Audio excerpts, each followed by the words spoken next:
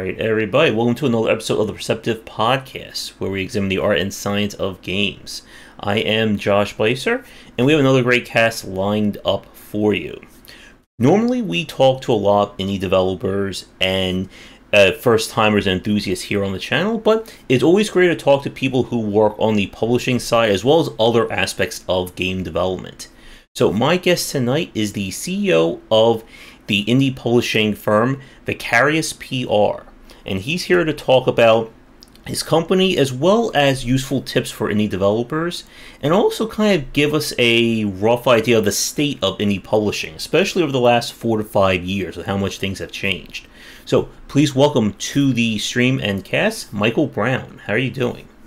Good, how are you? I am doing all right. It's been very busy covering indie games as of late. For people watching us live or recorded, we are doing this right now in the midst of Steam's Next Fest, a very huge marketing push, which I know we'll probably be talking a whole lot about indie marketing over the next hour or so. It's been a crazy week so far. I've got lots of games trying to get a lot of attention, so it's fun in that regard. Yep, I know. Like, I deal with several indie publishers in terms of getting their games. I think I may have annoyed a few just because I haven't covered their games yet. But my problem is I cover so many indie games, I just do it in order that it's been received. But I've received so many of them that it's kind of like, yeah, I'll get to your game. I just have, 30 other games I've streamed and I have footage I need to get through. Yeah, tell me about it. But yeah, I mean, in terms of Vicarious, we cover so we've got kind of two sister companies. Like, we've got Vicarious PR, which is the PR and marketing agency side of things. So we do a lot of PR and marketing campaigns and influencer campaigns and social media management for indie developers as small as one-man teams to AAA publishers and kind of the wide range in between. And then we also have V Publishing, which is our indie publishing label that we essentially, for the most part, publish very small niche indie games, but we also do they tend to be now focused more turn-based RPGs and strategy games for the most part. But if something catches my eye that's particularly unique, then we're always open to exploring stuff like that. So we've done that now, especially in the specialized marketing and PR field. We've done that for coming up just over 5 years. We've worked on games such as big titles like PUBG, Dead by Daylight, some really big popular things, and then also some little indie breakout hits, as well as games that were moderately successful but not huge in popularity, more niche items. So things like puzzle platformers or virtual novels, that type of thing. So there's a good range of experience and creative energy, let's say, on the team. So yeah. And there's certainly a lot to get to, especially how much the indie scene has rapidly changed over the last, I think we could argue, maybe 5 to 7 years. I think we've seen kind of this huge boom in terms of not only indie games, but also just the quality that we're seeing out of the indie game market.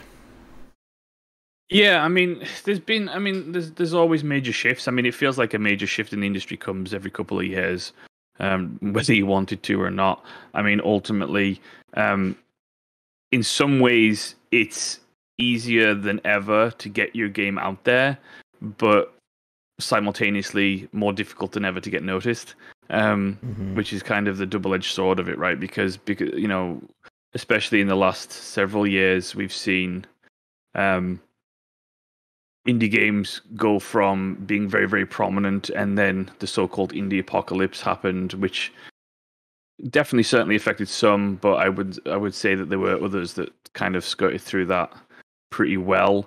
And then with Steam obviously opening up the floodgates to self-publishing, there's been a wide range of things that happened, particularly in PC, when anyone and everyone can pay a couple $100 and get a game up on Steam regardless of quality.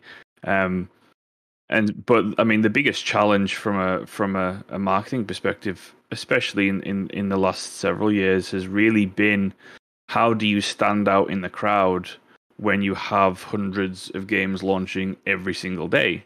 And that's the challenge that we've had to navigate, because you have, you have your press, your media, your IGNs, PC gamers, that type of thing, but you also have your influence and content creators, Twitch streamers, YouTubers, that type of thing. And there's only a limited amount of them, right? And so when you've got hundreds of games launching every day, and let's say, especially if you're an indie developer and you're developing something like a puzzle platformer, how are you going to stand out against, the 6, 7, if not more puzzle platformers that came out the exact same day as you? So, there's certainly a unique set of challenges that have come around, and with the pandemic, of course, that's even added to it, because now you can't do the legwork in terms of attending events and trying to grow organically, at least in terms of face-to-face and putting the footwork in for it. So you've got a situation where everybody's competing for space digitally, even more so than before. You have large companies spending more than they ever have on things like sponsored promotions for influencers and paid media and things like that. You have a reduction on the press side in terms of large publishing companies for media sites that have trimmed down their budgets, so there's less staff, so that means there's less opportunity to cover certain things. And then because of the nature of articles and online websites, you have a situation where realistically they're covering mostly AAA titles, because that's where the clicks and views are. And so, there's a lot to navigate in today's space when it comes to trying to get an indie game out. Definitely. And welcome everyone in the chat. If you have any questions for Michael about indie publishing, feel free to post them. Yeah, and I'll get to your question, Rat's Tail, in a second. But to kind of expand on what you were just talking about, Michael, in terms of like how hard it is. Like, as somebody who covers a lot of indie games, and again, like, I think at this point I may have like the most indie game coverage, because I'm covering like 6 to 12 indie games a week, plus my streams, plus the videos, and plus the developer interviews. Even I can't cover it all. Like, looking at 30 indie games a week, it sounds... Or, I'm sorry, looking at 12 games a week, so 12, 24, 36, so it's 48 games a month. You would think 48 games a month would be a whole lot. But no, that's... we get 30 to 40 games released a week these days. And one of the challenges, as you said, is standing out. Like, anyone can pitch a genre right now, and chances are I have not only played it, but I've played the highest versions of it, and I've played the lowest versions of it. And I've also played lots of like games in the middle. And I feel like the games in the middle have possibly like struggled the most in the last 5 years. Because if your game doesn't have like, that huge marketing bullet point, that thing that says, oh my god, you've never seen anything like this before, whether good or bad, people just aren't going to look at that. They'll either look at, the very tops of the genre, or they may, hate watch a streamer who's playing, some like low budget, weird, game that, it takes all for the memes rather than for its quality. Yeah, I mean, it's one of those things where, in reality, I think it ultimately comes down to the game design itself, right? I think no amount of PR and marketing to help a game stand out is going to rescue the fact that the game design is inherently either poor or unoriginal. Realistically, one of the things that I always say to indie devs is the biggest thing that you can do is, if you want to be, and it really, well, I mean, before you even get there, it comes down to what do you, as an indie, why do you want to make your game? Do you want to make your game for you because that's what you enjoy, or do you want to make a game that is commercially viable? If you want to make a game that's commercially viable, then that's a very different thing, because then you're making design choices based on what the audience wants and not what you want, right? And that's a very different thing right the way through. But let's say you are trying to make a commercially viable game.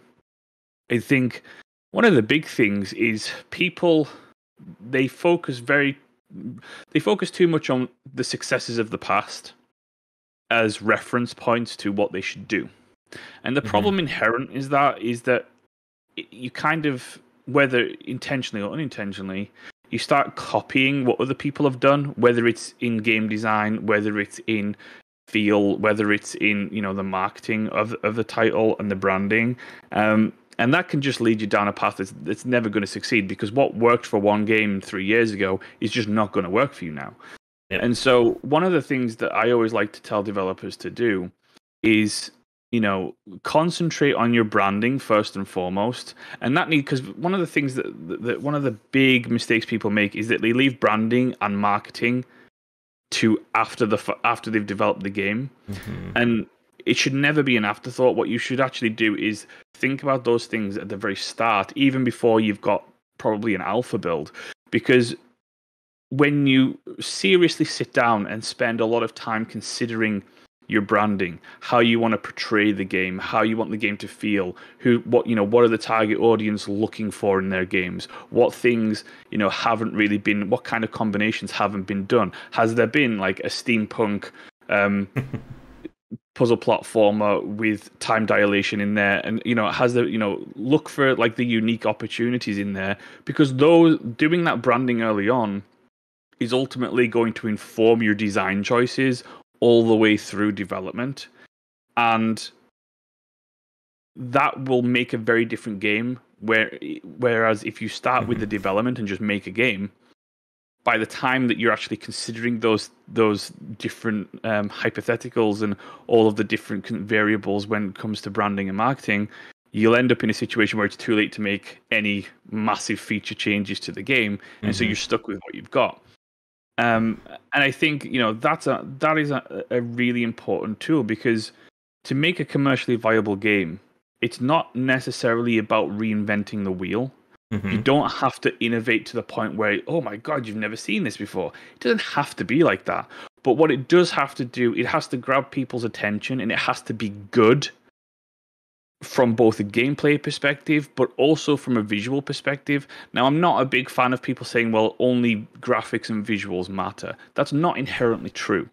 But what is true is that visuals and aesthetics are going to be the first impression that anybody has of your game. Before even anybody tries it, the first thing they're going to do is, does that look good? Yep. And if it doesn't, nothing else matters. It does not matter what else happens, because ultimately they're going to look at a screenshot, they're going to look at the key art, they're going to look at the logo, they're going to look at a trailer, they're going to look at a GIF, whatever it may be, and they're going to go, that doesn't look good, next game. Yeah. Right? And so it's things like that. I always like to do an exercise when, you know, especially on the PR and marketing side, when I'm working with indie devs, I like to do an exercise where we do basically a role play of like putting ourselves in the average target audience shoes, looking at some games on Steam and going, okay, what's the first thing that you look at? What's the first thing? What are you considering? What does that make you feel? Does that look good? Can you even read that in the capsule when it's right at the bottom of the screen? Does that give you an indication of what that game's about? And if the answer to those questions are no, then it needs a complete rework. Yep. And it's a pain. And don't get me wrong, it's a pain in the ass, right? Like sometimes it can be a real pain in the ass, and it can be really difficult. I mean, sometimes, you know, you have this idea. I mean, some indie developers just have an idea and that just all clicks together. They've hit gold and everything's really smooth. And then there's other times where you spend 4 weeks on something, on branding and thinking about, you know, what you want to do, how you want things to look, and you're still like kind of unsure about various aspects. But yeah, I mean, I think those things are paramount when it comes to thinking about what kind of game you want to do, because it really does help inform you of the design choices that you make. And it ultimately, you know, will help you build a better game, because you'll know this is what people want, this is what I'm trying to achieve, this is how I want it to look, and it gives you the flexibility to not fall into traditional game design pitfalls, because you've got the target audience in mind throughout development. Yeah, I mean, you just like gave me like a whole lot that I can expand on. But like I do a show where I review Steam store pages, and like you said, there is a lot that can go into somebody, even just thinking about checking out your game versus just, see the capsule, go no, and then click off, and they're never going to come back. Chris in chat, of course, mentions aesthetics. And aesthetics are, as we all know, different from graphics. You can have a game that has a pixel art look, that has a low poly look, voxels, whatever. And if you can make something that, is on brand, on point, all the way through, it can wow people. And we've seen games like that. But, like you said, when it comes to the branding side, when it comes to this kind of marketing, there are developers who, and I've seen them, they will wait until the week before the game is released before they start even thinking about mentioning it on Twitter or having videos up. And that's something that you can't do these days. And what you said about making a commercially viable game, that is something that I really harp on a lot with a lot of the videos I talk about with Game Wisdom. Because, like, what I focus on, because I know there's people out there who, they don't care about the business side. They don't care about, release a commercially viable game. And there is certainly nothing wrong with that. But if you're trying to make a living off of video games and off of game development, you do have to follow certain rules and certain foundational elements. Like you said a few minutes ago about, reinventing the wheel. That you still need, at the end of the day, a game that people can understand. If you build a platformer where the jump button is, right trigger instead of A, that, you're already setting your game up for failure. It'll be like saying, I want to build a brand new car, and I'm going to put the gas pedals on the windshield and the steering wheel in the back. Like, you still need to have these elements in place. And, like, here's a question for you, because I'm wondering if other people are like this. That with so many indie games and so many games that I play on a day-to-day basis, I've gotten to the point where I can sometimes spot almost immediately if a game has a good chance of succeeding, whether it's because of a design point of view, a branding point of view, or a combination thereof. And I was just wondering, like, for like you and like when you look at games to publish or like the rest of your team, do you see that as well? Do you see like the quote unquote it when like a certain game just like pops up and you're like, this developer has something? It can vary. I mean, honestly, I've seen. And it does depend on where the developer is at and what kind of materials they've got. I've been pitched to games where they don't have anything, not even like an alpha to show, and it's all like concept art and stuff like that. And so you're kind of like, well, I like the general sounding idea, but I can't really visualize it. I've seen games that look really good, but play terribly. There's lots of, there's a combination. I think there's definitely a general sense that when you see something, you kind of get this feeling of like, I really like the aesthetics look good, the gameplay looks good, there might be something here.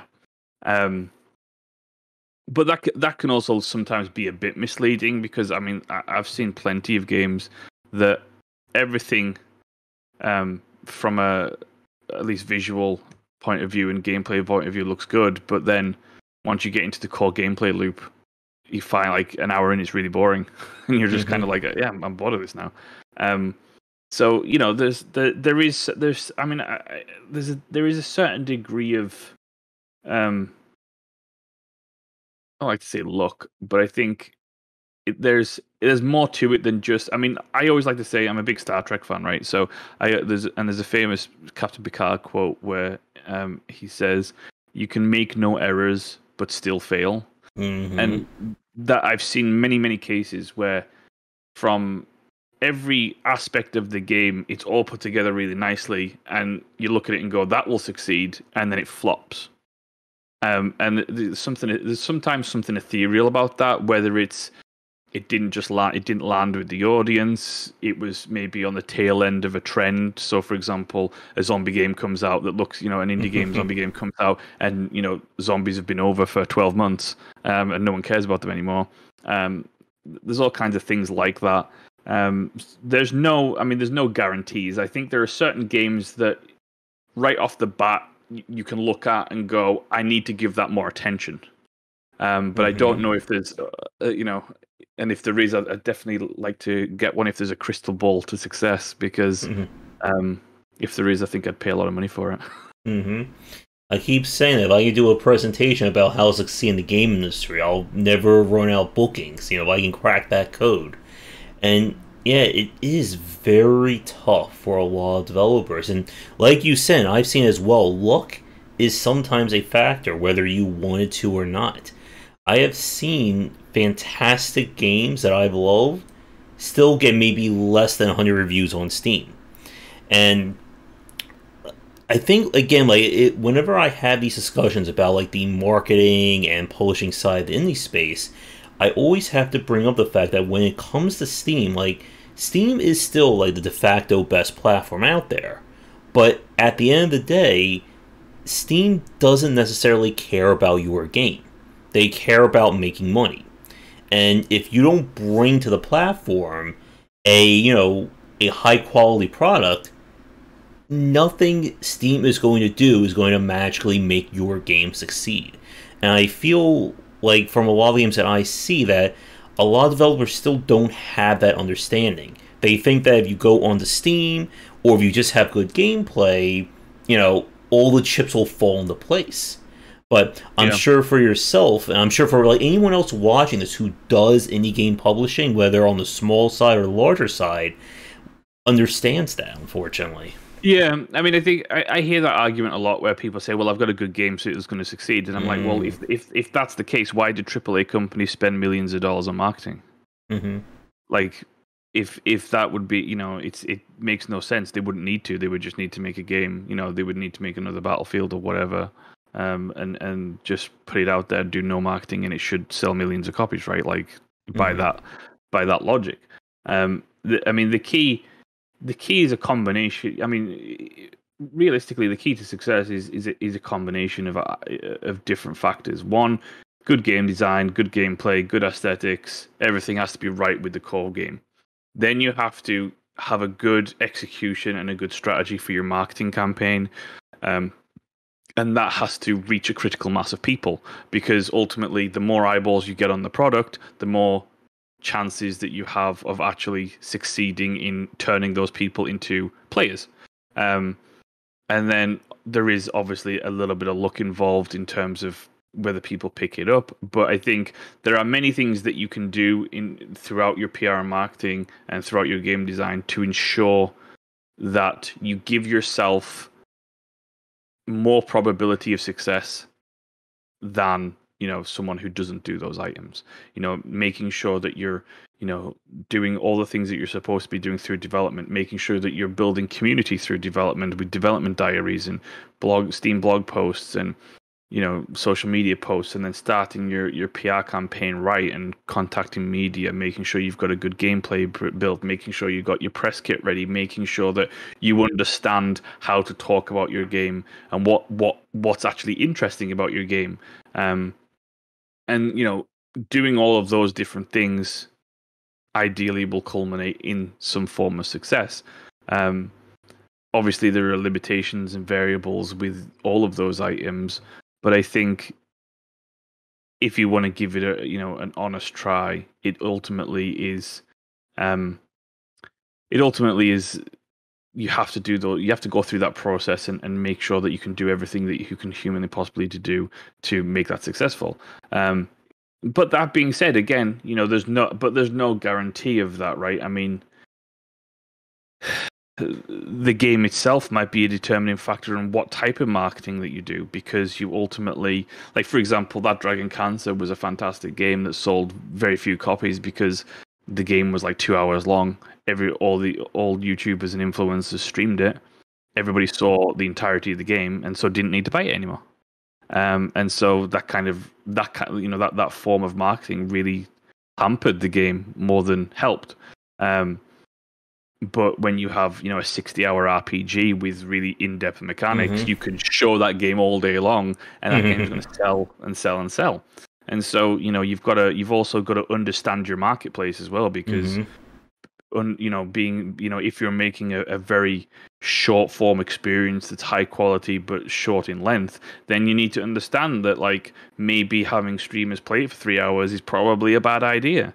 And going different routes, where maybe you want to go more written traditional forms, or going like an advertising route or something like that. But there's a lot of variables within it, and unfortunately you have to take the time to consider them all and pick out your best option. And and sometimes there might not be a good option, and you have to pick the lesser of two evils. But being prepared is ultimately the thing that makes a massive difference. Yep. And as you said, like, earlier in the cast, like, with Vicarious, you do a lot of, like, strategy RPGs, a lot of role-playing style games. Like, these are games that they're very meaty in terms of their systems. For myself, like, I have played more deck-building roguelikes than I think most other people have even know of in the last 4 or 5 years, thanks to games like Slay the Spire, and even, Darkest Dungeon, and titles like that blowing up. And there is a market for these games, but like you said, it's not the same market as a game like Call of Duty, or Mario, or Final Fantasy. And there's something that I like to say a lot when it comes to, like, understanding success. That there's a difference between a genre succeeding and a specific game succeeding. I think a lot of people will often misconstrue that. They'll look at a game like Darkest Dungeon or Slay the Spire or pick any major indie game and think, oh, let's just throw a number out. Let's say if 300,000 people really like these games, then surely that means that the deck building roguelike market is 300,000 people strong. But what we've seen time and time again is that the game that first blew up is not really the true metric for the size of that market. And for a lot of the developers out there, I think they tend to struggle with this idea of, I'm going to work on my niche game for 3, 5, 8, 10 years, and think that's going to make, Slay the Spire numbers or Call of Duty numbers.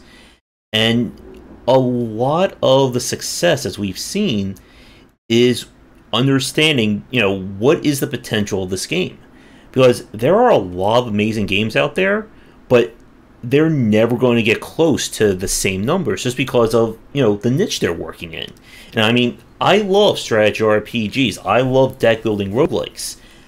But even with my love, I know that one of these games is not going to be sitting next to, Call of Duty or Elden Ring that's coming out in a few days at the time of this recording in terms of its sale numbers. Yeah, I mean, it depends. I mean, you're right in terms of, like, a hugely popular game in a specific genre is often not representative of the hunger for the market space, right? But I think one key thing that people miss out of that is that the games that are hyper successful, and I'm not talking about, like, even mainstream games like Call of Duty, but let's take something like Slay the Spire, for example. If games that are hyper successful like that often appeal to the core market, but they also appeal to other subsects of different markets. And so because what they do is, and they do this intentionally as well, and this is good marketing campaign, is that they break down their potential audience, and they break it down by segments, and they look at, okay, who are core audience? Well, one of the core audiences is male gamers between 25 and 45 who have a stable income, semi-disposable income at the end of every month, maybe purchase 1 or 2 games per month on Steam, often wait for discounts, and they learn those behaviors, right? And they learn the average consumer, and then they look at other people and go, okay, so there's also the person, there's the parent who buys games for their kids, there's this, that, there's there's people who don't really have a preferred genre, but they look for a certain something. And so regardless of that, so that they build out all of these different segments of their market, and then they build their marketing campaign to specifically target all of those different segments, right? Mm-hmm. And so what you end up doing is, let's say you take a trailer, right? And then you chop that trailer down into 15 to 30 second ads for social media and for web.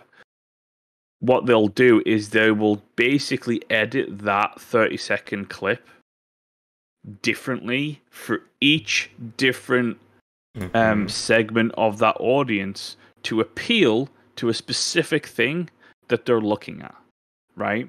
And so what you'll find, so if you're like me and you absolutely love turn-based RPGs and you love, things like Pillars of Eternity, and you love, the old school Fallout games and Baldur's Gate games and all that kind of thing, then you know that the thing that excites you the most is going to be probably things like story, things like character customization, progression, and combat, right? So the ads that I'm going to get are going to be very focused on the turn-based combat, and they're going to be focused on leveling up, and they're going to be focused on the different weapons and armor that I can have, and the kick-ass story moment. Whereas someone who doesn't care about those things, but cares about exploration and looking through a world and finding secret caves on a map and stuff like that, they're going to get an ad that looks, that sees people, like a party traveling and looking at different biomes, and it might switch between different locations.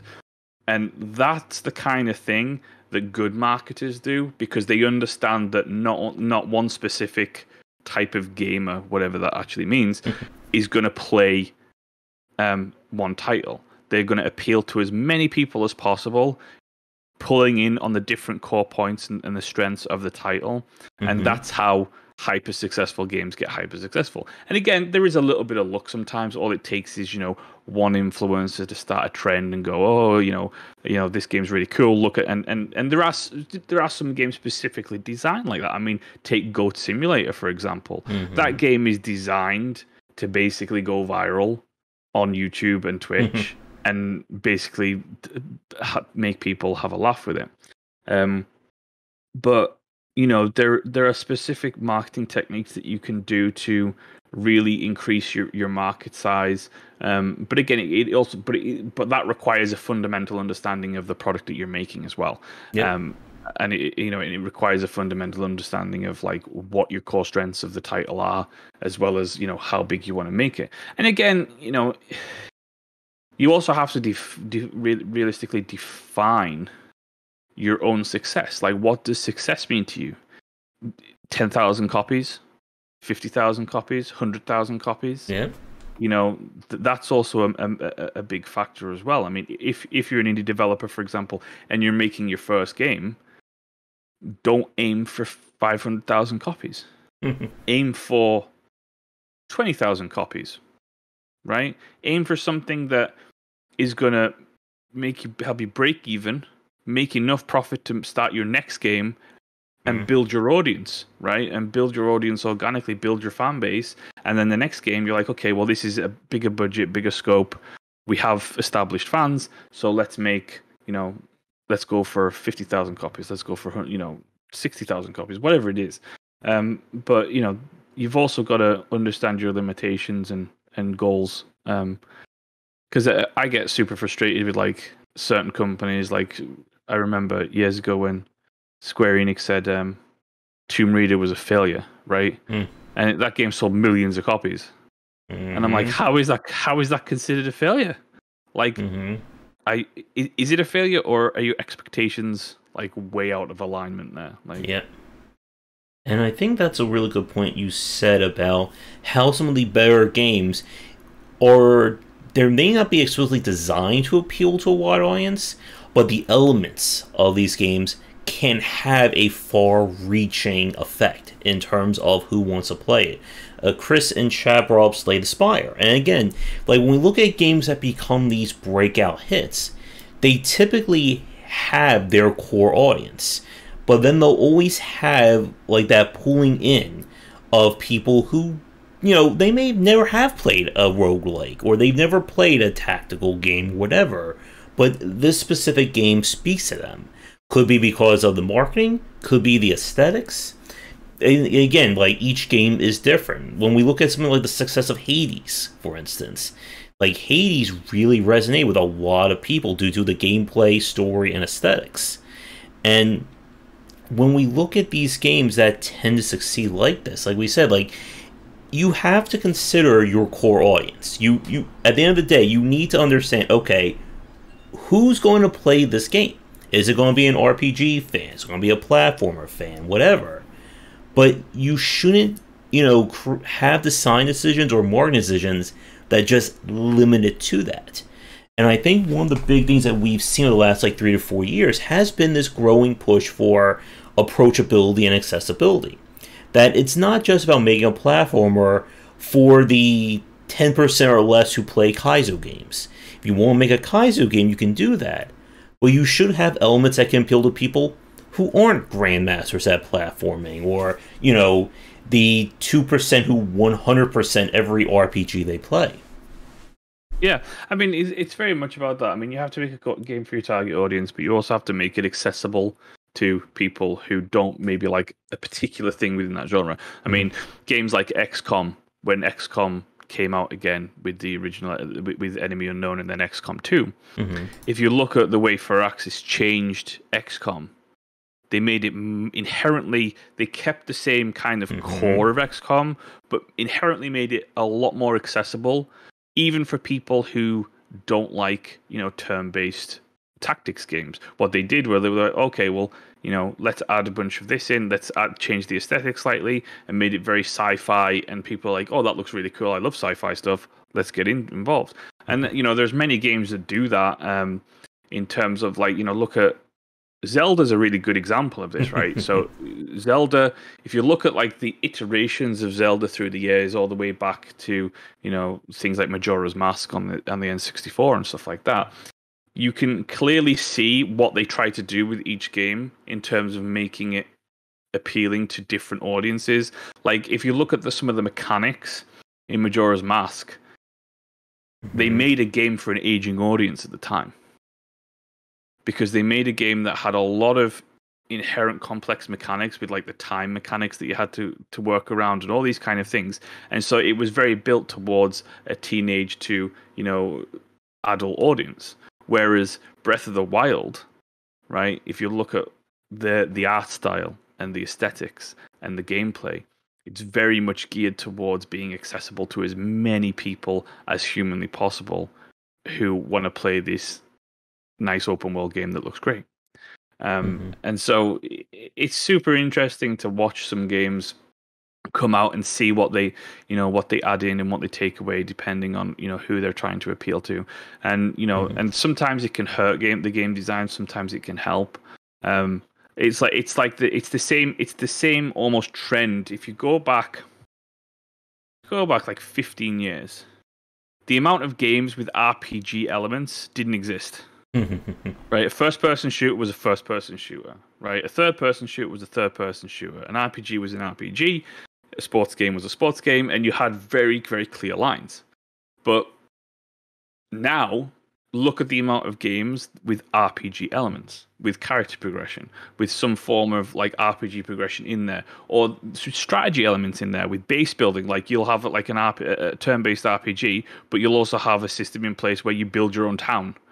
And you upgrade buildings, and it gives you bonuses, right? All of those hybrids come from a place of developers wanting to make their game more accessible to a wider audience. Yep. And I don't think that's necessarily hurt. Because it's allowed me, for example, as an RPG fan, to experience games that I wouldn't normally experience based on the fact that they've got RPG progression. And that's, Borderlands is a perfect example of that, where you've got the invention of the looter shooter for the most part. And how that, as someone who is terrible at first-person shooter games, who has no Twitch skill whatsoever, I loved the hell out of Borderlands, because I would put up with the combat just to be able to get the loot. And, it's stuff like that where you get those hybrids. I think people get a lot of success out of that. Yeah. And again, it's that idea of trying to attract as wide of an audience as you can. We love around here Gunfire Reborn, as example, a game that I worked on that. Yeah. Nice. Yeah, and I mean that's a really great example of like this kind of hybrid design. And like you said, like RPG systems. I'm actually working on a future book going about RPG design. And RPG systems in general, like over like we could say like from like maybe mid 2000, maybe early 2010s onward, have really become kind of a foundational aspect of a lot of games. Because it is a system that can be very opening, it adds a lot to these titles, and there are people out there who don't like these kinds of hybrid games. If I'm going to play a sports game, I'm going to play a sports game. If I'm going to play an FPS, I'm going to play an FPS. And there's certainly nothing wrong with that. But as we've seen, this idea of, again, trying to attract a wider audience, so you can make a crazy, over-the-top first-person shooter, you're going to need super high twitch reflexes. But you can also have elements in there for somebody who's not that. You can give them, upgraded guns or, armor or, leveling progression. The whole idea of the roguelike versus the roguelite, for instance, is a huge example of that. Well, one I suppose, given tomorrow's auspicious day of the launch of Elden Ring, I mean, Elden Ring is a perfect example of this, right? Mm-hmm. Because if you look at Elden Ring in comparison to, say, Dark Souls 2 or 3, the one thing that everybody's saying about Elden Ring is that it's amazing, the open world's great, but it's much more accessible than the Dark Souls games.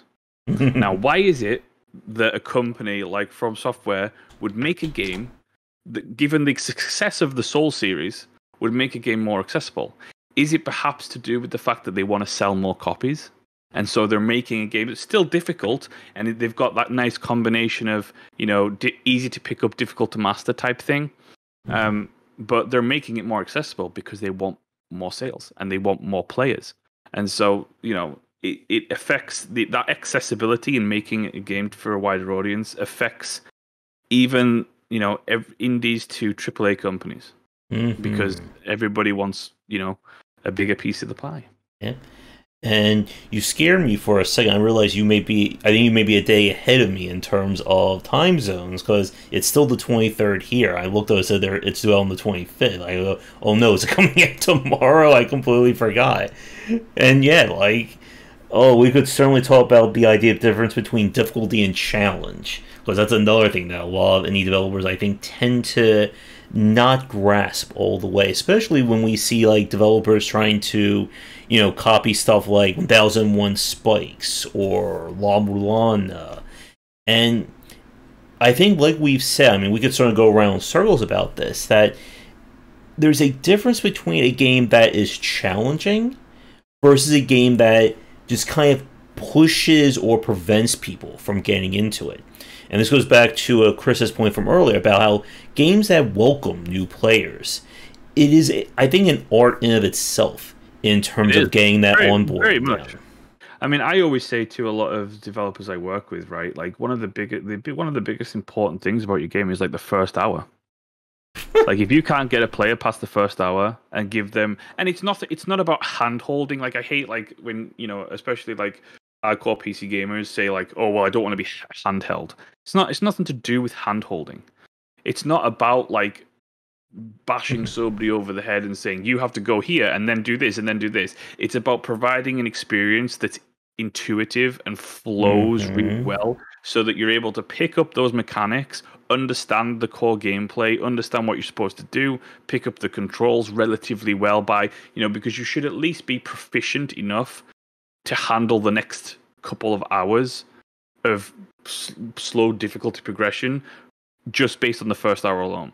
And if you can't hook a player, I mean, Steam reviews will tell you this hands down. If you can't hook a player realistically within the first 15 to 30 minutes, you've lost them.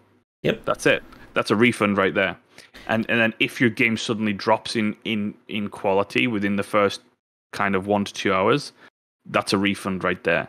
And the first part, I mean, there's a couple of games. I mean, I play a lot of RPGs, and there's a couple of games who you can tell that you can tell when they understand this, because they spend so much time on the first act of a game, and then you get to like Act 2 or 3, and then there's suddenly like a massive content void of like there's nothing here because they spend so much time on that thing, and and it makes sense. I mean, the sad fact is, especially for like longer games like RPGs, most gamers don't finish them. Yep, and they don't, and so and a large percentage don't. And so it's important to spend a lot of time on really the opening stages of your game, like especially the first kind of 5 to 10 hours, because it is the thing that will determine the perception of the game from a broader sense. It's the thing that will that's the impression that influencers will go with. That's the impression that players will go with. That's the impression that will determine your reviews from user reviews. It's the impression that realistically is going to determine your actual media reviews. It's massive to get that right, and skill and difficulty are all well and good, but and that's part of it. Like, you have that challenge between, are you making something that's artificially difficult? Are you making something that feels contrived? Are you making something that progresses well? And oftentimes, like, especially one of the biggest things about RPGs, for example, when I'm playing them, is that you have that that point of difficulty where it's going up and up and up and up and up, and then suddenly stops like halfway through the game because you're level 20, and then the difficulty of the game shoots down because you're now overpowered, and because the progression system hasn't been done properly. And there's a lot of different factors to balance within that, but I mean, really, it comes down to first impressions, regardless of gameplay, regardless of aesthetics, marketing. First impressions really do count more than ever. I mean, if you look at, like, we do a lot of advertising with Vicarious PR. If you look at adverts and trailers and things like that, if you don't grab someone in the first 5 seconds, your view's gone.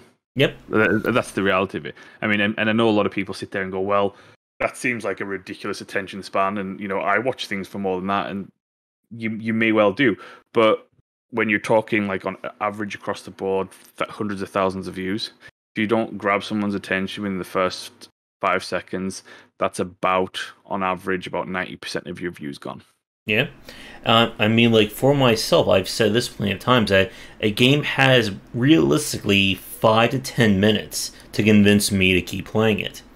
And in those first 5 to 10 minutes, if something annoys me, if I don't like how the game controls, or I don't like how it looks, it's out the door.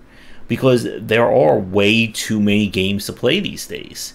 And like you said, like, it's why onboarding matters so much. It's why that first 20 minutes to an hour, you gotta be coming out of the gates impressive.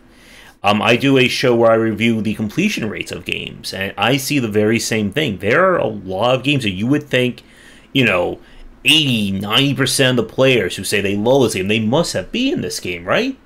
No, it may be down to 30%, maybe even 20% of the people who bought the game actually finished it. And there are lots of reasons why somebody can stop playing a video game. And if you don't do it right, and as you said with marketing, when we review trailers for games here, that there are people who, the second they turn on a trailer, they see something they don't like, gone.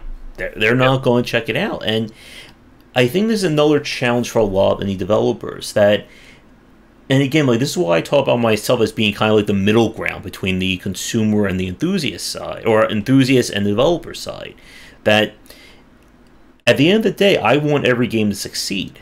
But if you don't understand kind of how people consume games, how they view games, you're not really going to be hitting that target audience.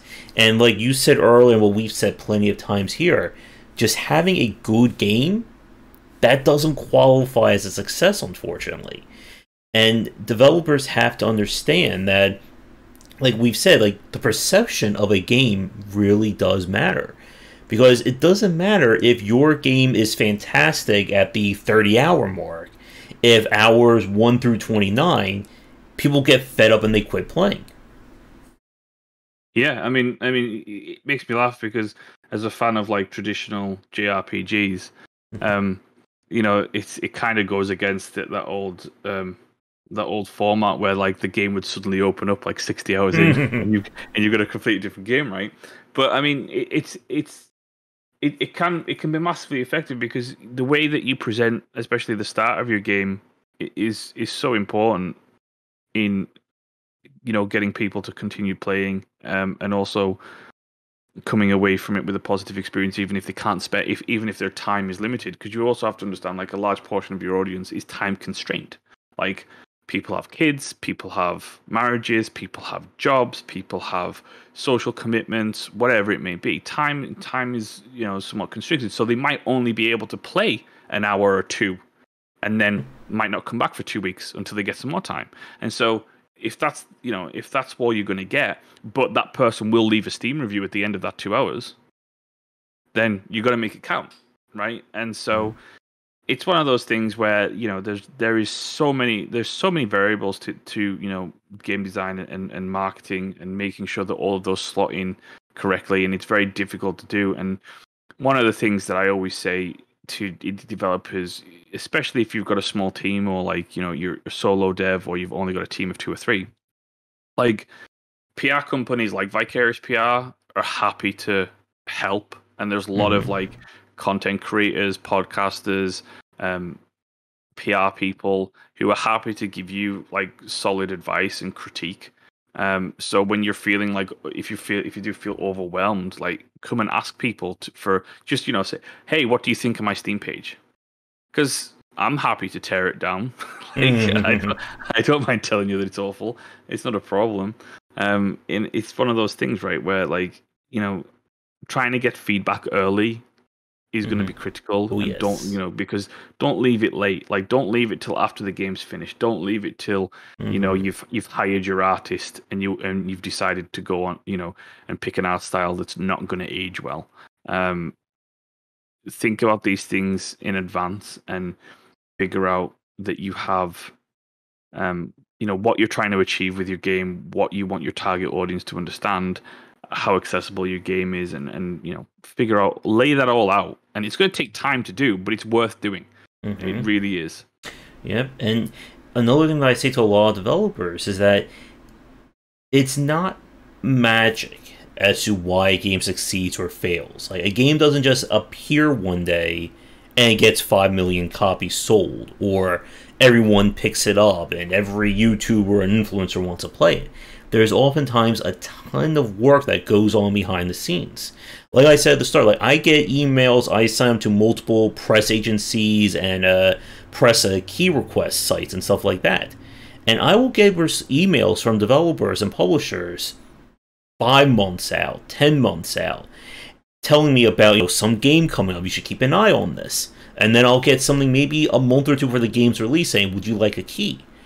And you need to be able to do this work in terms of what goes in making these games successful. Because for a lot of people, they will only see the end result. They see a game like Darkest Dungeon, or Slay the Spire, or Hades, and they'll think, oh, the game came out, it sold millions of copies, that's all it did, you know, happy ending, the story's over. But I mean, I spoke with Chris and Tyler from Red Hook. They did marketing and PR like months, if not years, before that game was released to get people hyped about it. Yep. And there is so much that goes on behind the scenes that if you don't understand, or you don't have somebody in your corner who knows PR, who knows marketing, you're unfortunately setting up your game to either fail or get nowhere near the potential audience that it could reach. Yeah, I mean, a common mistake I see, particularly with the indie devs, is that when they don't know something and they don't have experience with something, so say you've got like a 2-person team, one guy's an artist, one guy's a programmer, like, they'll look at something like social media and go, I don't know how to do that, and I don't feel confident with it, and so I'll avoid it. And it's very true, and I think that's why a lot of times, like, developers don't do their marketing and their branding until after the fact, because they've got something else to do that they're comfortable doing. They'll ignore and put it in the background and bury their head in the sand about the thing that they feel Oh uncomfortable doing. yes. And it's a funny thing, right? Because it's like that's possibly the worst thing that you can do, and it's odd because it kind of goes against the core principles of game development. Because with game development, you build your game, you're testing things, you're learning problems, and then you're learning solutions, and then you're learning all the time that you're doing it, right? But they don't take that approach to things like social media, where they're like, okay, well, let's just try something, and if it doesn't work, we'll try something else, and then we'll figure out what does work and what doesn't work. And that's very much how social media can be. You can take a very scientific approach to it, and methodical approach to it, where you're like, okay, let's do this, let's do that, and we'll see which one works, because that's literally how advertising works. Right, like marketing agencies like us, we don't just turn up and go, okay, we've got the golden goose idea, and that's that. Like, that's 10 minutes work, pay me all my money. Mm-hmm. It's a constant process of like testing ideas out on social media and be like if you're running an advertising campaign, you don't just like pick one ad, make one ad, and then put it out there. You pick 16 ads, all different combinations, right? And then you test which one performs the best, which one gets the most likes, which one gets the and you're doing that all the time. And it's the same thing that you could do with your marketing. It's okay to test things out on Twitter. It's okay to go on Facebook or TikTok and make a video and see if people like it or not. And because it's ultimately going to give you really valuable feedback. Yeah. Because you're going to post your game mechanic and people are going to go, that doesn't look great. Or they're going to say, that looks fantastic. And then you're going to know what to do next based on how people respond to that.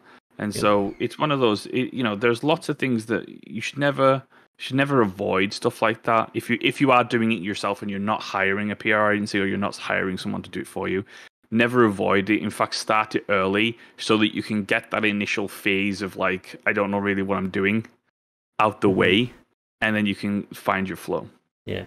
And we could certainly turn this into a list of mistakes any developers make in terms of marketing, Cass. We could certainly spend like the next 2 to 3 hours listing them. But like the biggest one that always annoys me and frustrates me when I see this is when I look on my Steam store page and there is no Twitter, there is no social media links, there's no way to directly get in touch with these developers. And it sounds like such a simple thing to do. But there are lots of developers where I have to become a detective to try and get in touch with them about their game. And what's the problem is that most people aren't going to do that. Like, most influencers, if they can't just immediately get in touch with you, they're just be like, I'm going to move on to the next guy. I don't have the time to, search 5 different websites to find an email address or find a press page. And again, like you said, if you don't like to do marketing, you still need somebody in your corner who can do that. Because if you don't, like, word of mouth doesn't necessarily travel, I think, as far on its own these days. You need to get people invested in it. And it always goes back to something a friend of mine said, who works at Serenity Forge, that when we talk about the idea of art and business, that there's as much business in the art as there is art in the business. And I think the developers who do end up succeeding understand that to some capacity.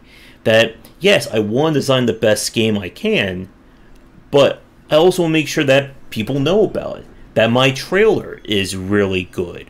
That people hear about it on Twitter or TikTok or Instagram or whatever the other kids are doing these days. Yeah, no, my opinion is pretty similar. I mean, I always like to think of games as a nice mix between business, art, and science, and it applies across the board that you have to take that approach to taking all aspects of your product seriously.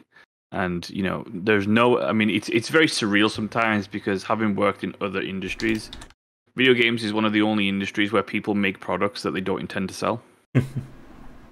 or like don't put the effort in to sell. Like there's no other There's no other consumer focused industry that does that. There's no, you don't see Coca-Cola making a new product and saying, yeah, we're not going to do any marketing for that one. Like, it would not happen.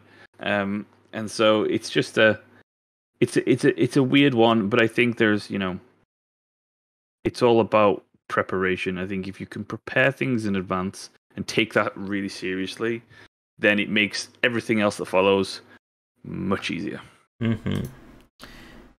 And as a time check, we are just about an hour into the actual cast itself. I do want to spend some time talking a little bit more about what Vicarious PR does and kind of your process. So I would figure maybe another 15 to 30 minutes if that works for you.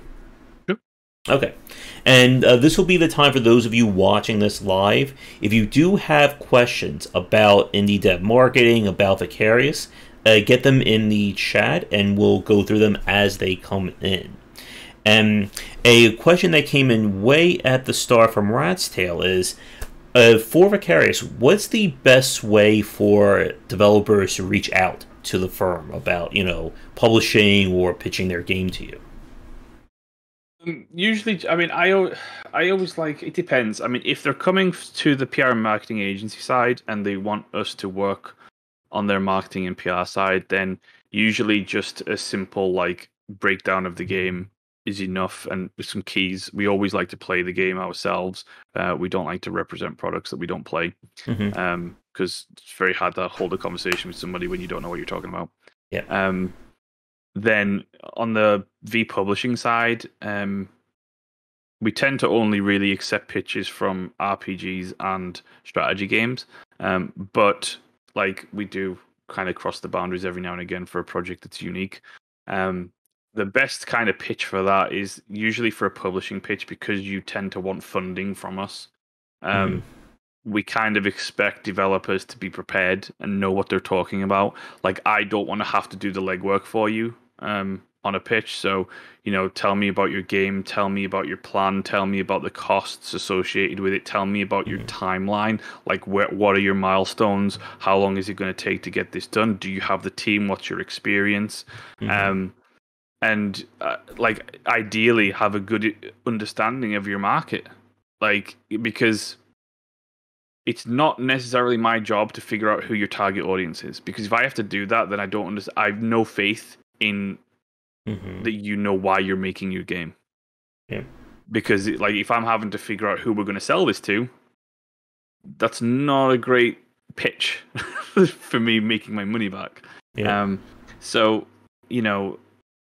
I like developers to be as prepared as possible. I'm not expecting them to be experts in every single aspect, but I like them to come with a solid plan and be like, we understand what we're trying to do, we understand what we're trying to make, we understand who we're trying to sell it to, and here's what we think is going to happen. And then I can kind of take that and then build my opinion based on that. But like, a simple email with a pitch deck is good enough. A video is always nice. Game keys are always nice too.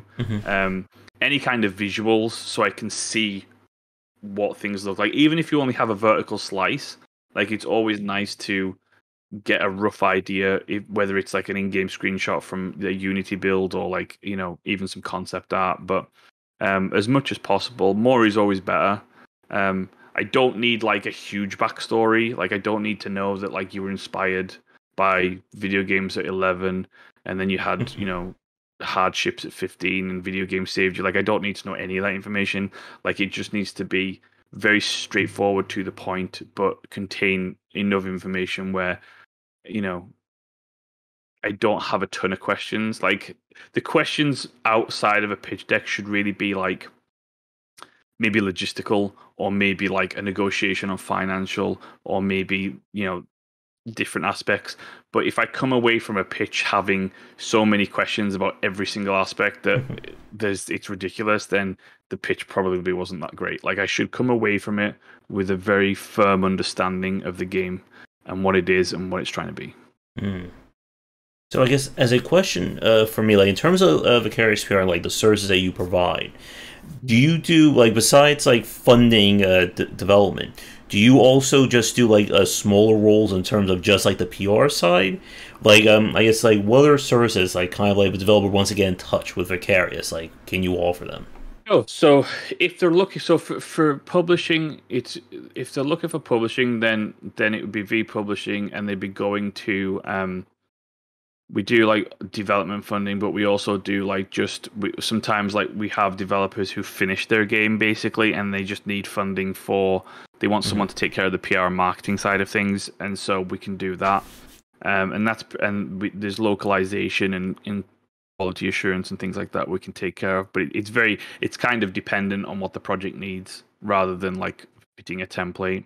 Whereas on the Vicarious PR side, it's a very straightforward agency for PR and marketing. So if a developer wants to self-publish, and they need to hire a marketing agency to do the PR, influencers, or social media stuff, we provide like a whole ton of services around that, and we have a team of over 20 people who are dotted around North America and Europe, who do that. So we've got like a ton of really great case studies, good experience, good advice, and a lot of services that are entwined with that. So everything from kind of like media relations to acting as a press office for your company. So, when influencers look at your game on Steam, they come to us, all that kind of thing.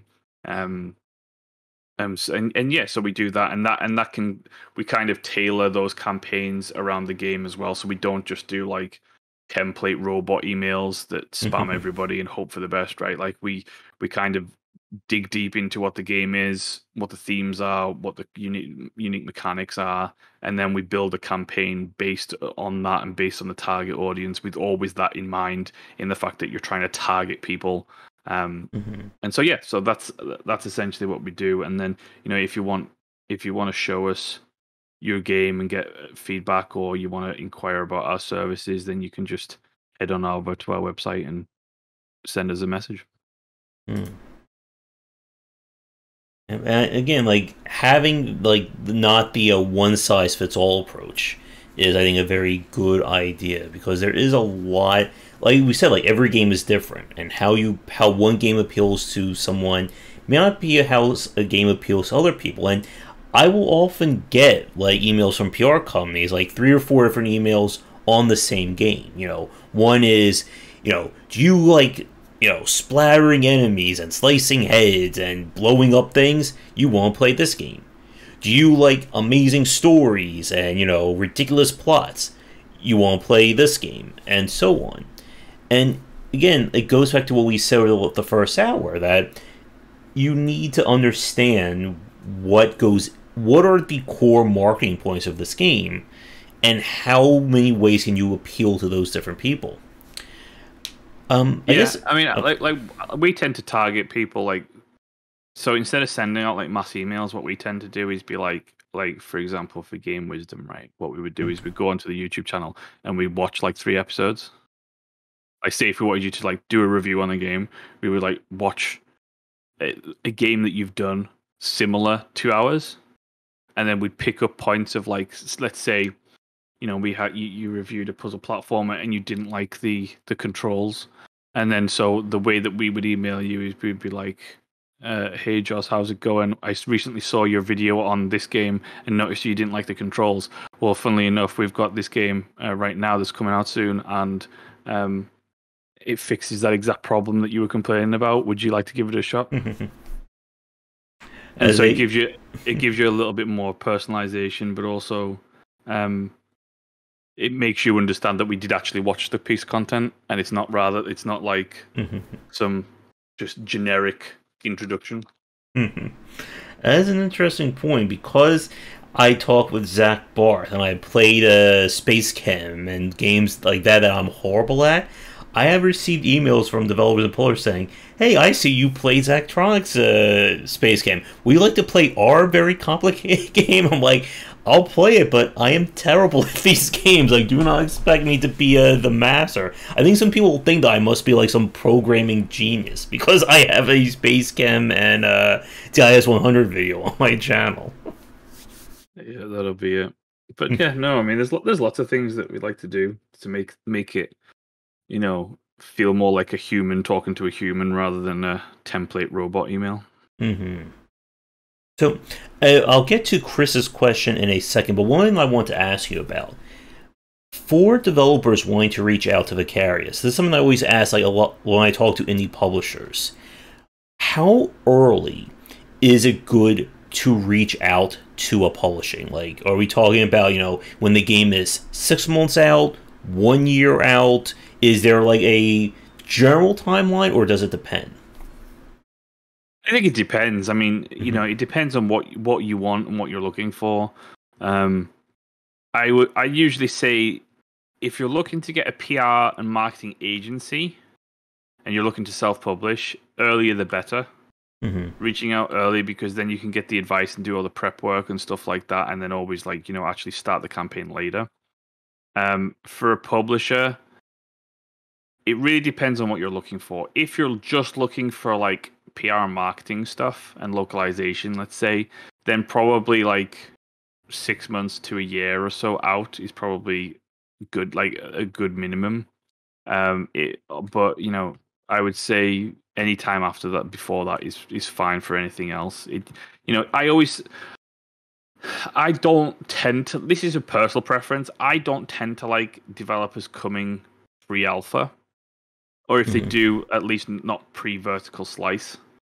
Like, I always like developers to have, at the very least, a vertical slice. So show me that you can actually program something. Show me you can actually make something. Is always nice. But again, it just depends. There's a lot of variables. It depends on the project. It depends on what the project needs. All that kind of thing. But certainly, it's always better to reach out once you actually have something to show in some form. If you just have a concept on a piece of paper, it's probably too early. Mm-hmm. And that actually leads me to another interesting question then. Like, if a developer does have, a concept art, or they're in just the design document stage, is that too early to reach out to a publisher? Like, have you taken pitches from somebody who just has a design doc that sounds really cool, but they haven't put anything to code yet? It depends.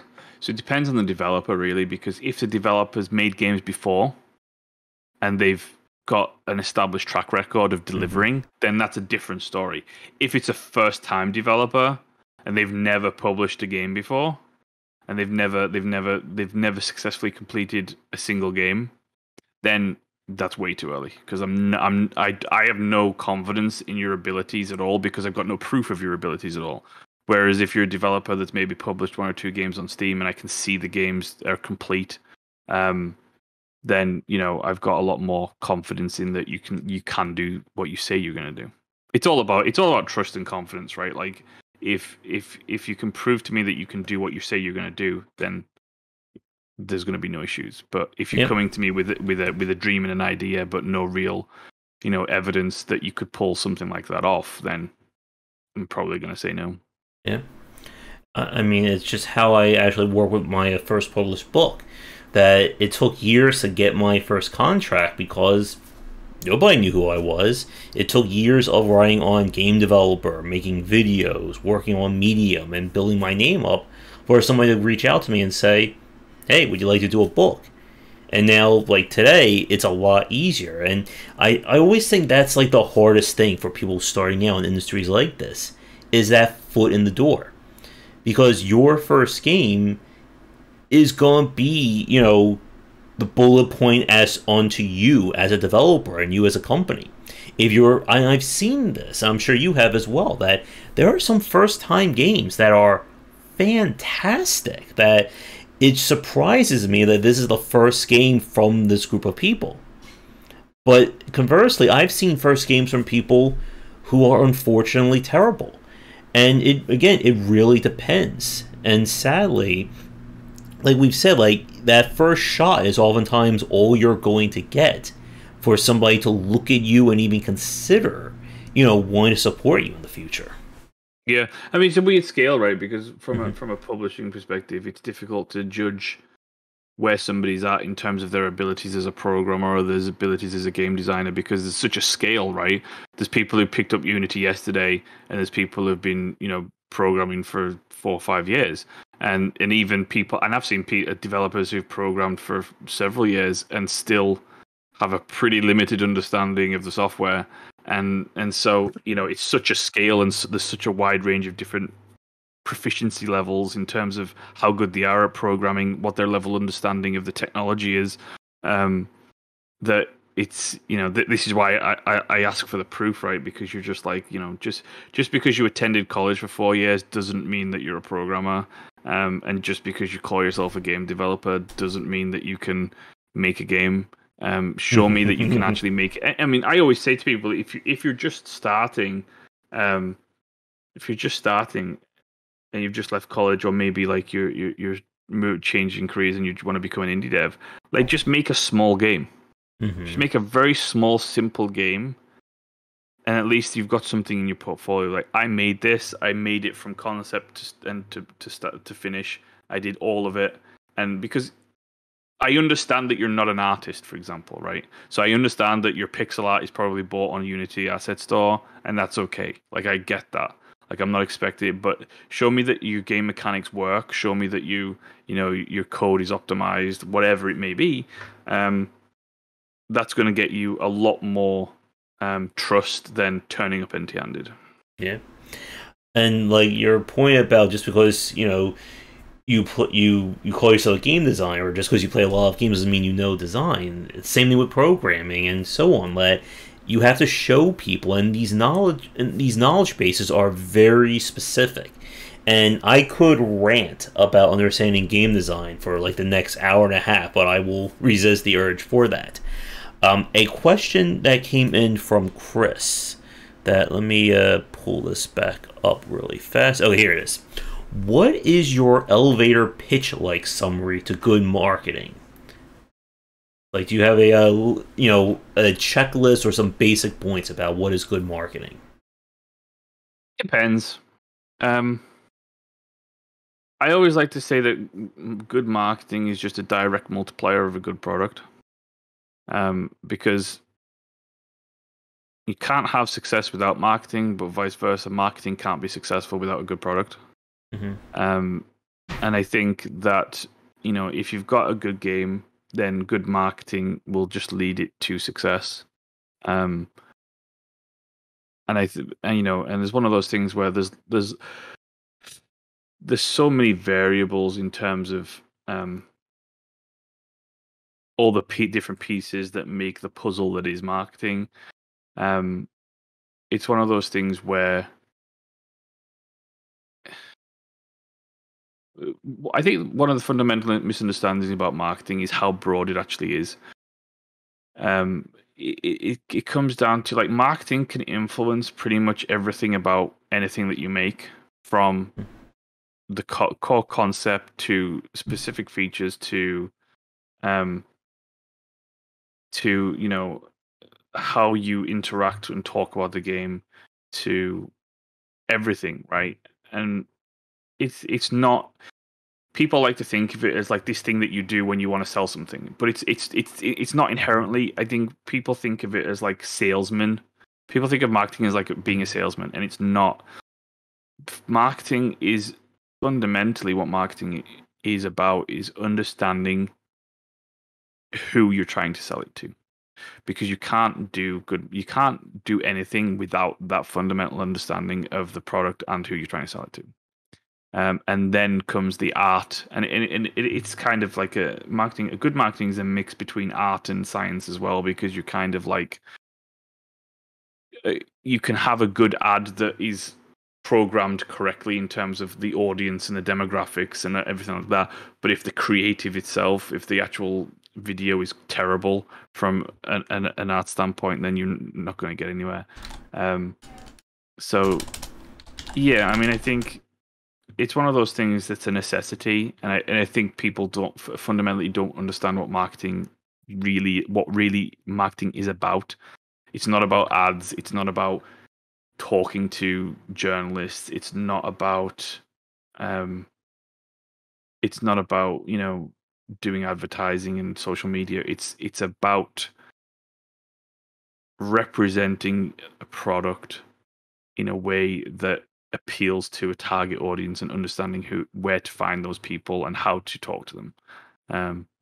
But yeah, I mean, it's very much a direct multiplier. I mean, you know, no, you know, and the proof is in the pudding in terms of that, because if you have a bad game, no amount of marketing is going to make that game good, ever. So it's very much a direct multiplier on whatever you've got. If you've got a bad game, it's only going to bring more bad. If you've got a good game, it's only going to bring more good. Yep. And like what you just said there is a really good point, that there are a lot of people out there. I've seen them on, Facebook groups, Twitter, and, game dev subreddits about, marketing is evil. Marketing is, you're fleecing somebody. It's all, you're rope-a-doping people into playing your game. But no, at the end of the day, good marketing is about getting your game out there and getting it in front of people who want to play it. And I mean, I'm the first one to admit I am terrible when it comes to marketing myself. I have done it all on my own, and I have failed at a lot of things. And I'm hopefully slowly but surely improving. I mean, the YouTube channel is growing at a consistent rate. I'm reaching out to more people on Twitter and so on. But again, there's always that thought that, and I think it has to do with self-promotion. I guess this is kind of maybe a tangent, but it's a question I want to ask you, especially someone who does publishing. I always feel that there is that like voice in the back of your head when it comes to self-promoting yourself, that people tend to doubt, like, do people really want to hear me talk about, the game I'm working on, or the book I'm writing, or anything like that? And as someone who does publishing and marketing, like, what are your thoughts or your counter to that sentiment? Well, I mean, yeah, I mean, it's very natural for people to be like, I don't want to talk about myself. I don't want to talk about what I'm doing. I feel uncomfortable. I don't want to promote myself in that way. I think this, and with indie games in particular, it's very difficult because it's a very personal experience, right? Because you're making something yourself, and it's very creative, and so you're putting your energy and everything like that into it. But I would say ultimately it's this, right? It's like, this is the business that you got into. Like, just to be a hard ass about it. Like, if you want it to sell, then you need to talk about it, and if you don't want it to sell, then don't talk about it. And you've got to get out of your comfort zone a little bit. Like, you can't sit there and rest on your laurels at all. Yep. And ultimately, it's about doing what's best for the game. Like, if your goal is to make a company and your goal is to make a successful game, then you're gonna have to, unfortunately, take the uncomfortable step and learn how to talk about your game.